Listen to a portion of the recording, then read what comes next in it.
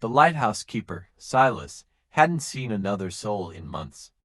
The isolation gnawed at him, a relentless tide eroding the edges of his sanity. The fording beacon now echoed the frantic hammering of his own heart. It wasn't the loneliness, exactly, though that was a heavy enough burden. Guttural groan that vibrated through the stone floorboards. He dismissed it at first as the wind, the groaning of the ancient structure itself, but the groans grew louder, more insistent. They seemed to coalesce into whispers, words he couldn't quite decipher, yet understood instinctively to be warnings. Then came the scratching. It began on the outside, a relentless scraping against the thick stone walls, a sound that felt like fingernails dragging across his very soul. He'd checked the windows, the door, finding nothing. The scratching would cease, only to resume minutes later, closer, more insistent. One stormy night, the scratching stopped. Silas held his breath, a knot of dread tightening in his chest. The silence was worse than the sound. It was a suffocating, pregnant silence, thick with an unspoken horror.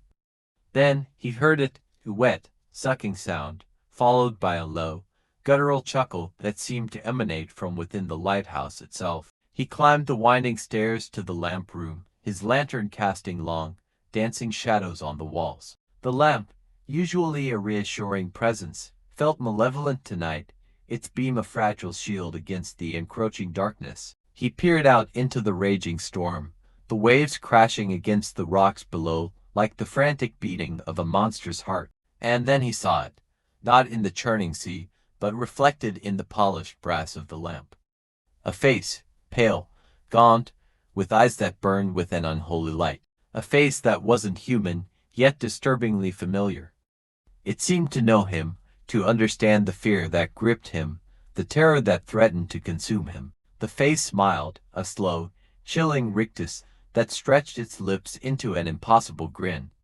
Silas screamed, a raw, primal sound lost in the roar of the storm. He stumbled back, knocking over the lantern. The lamp flickered, died, plunging him into absolute darkness. The face remained, imprinted on his mind, a horrifying tableau of dread. The scratching resumed, closer now, inside the walls. It was joined by the wet, sucking sound, and the low, guttural chuckle. Now closer still, seeming to whisper in his ear. It wasn't just outside anymore. It was inside him. It was a part of him. And as the final, chilling groan echoed through the lighthouse, Silas understood. The lighthouse wasn't keeping him safe from the sea. It was keeping something else in, and now it had finally gotten out.